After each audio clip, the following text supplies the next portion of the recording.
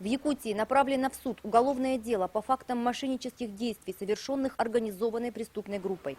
Организованную преступную группу возглавлял ранее неоднократно судимый 63-летний житель города Якутска. Преступная группа специализировалась на хищениях чужого имущества путем обмана. Членами состояли ранее судимые лица.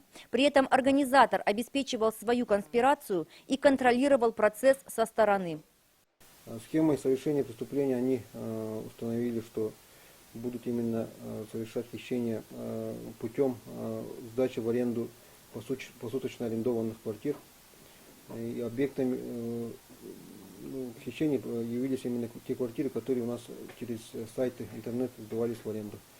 Таким образом, данные лица совершили 3 эпизода преступления, именно связанные с квартирами, которые они снимали посуточно и в последующем сдавали на длительные сроки. При этом лжеарендодатели предъявляли поддельные паспорта и бланки договоров аренды жилья, а также в целях маскировки применяли парики и очки.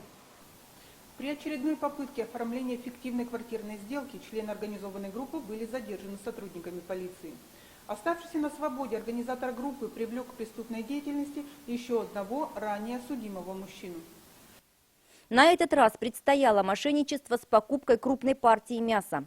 Найдя объявление в газете о реализации замороженной партии мяса и представившись работником известной в городе сети магазинов по реализации мясной продукции, новый член группы договорился с владельцем о покупке у него нескольких туш мяса, 840 килограмм говядины и 420 килограмм конины. В определенный день все члены группы, изменив внешность, наняв грузовые автомашины с грузчиками, вместе с поставщиком мяса привезли продукцию в магазин, где якобы должны были взвесить туши и рассчитаться. Находясь в подсобном помещении, покупатель скрылся через другой вход, после чего мошенники скрылись на ожидающей их автомашине.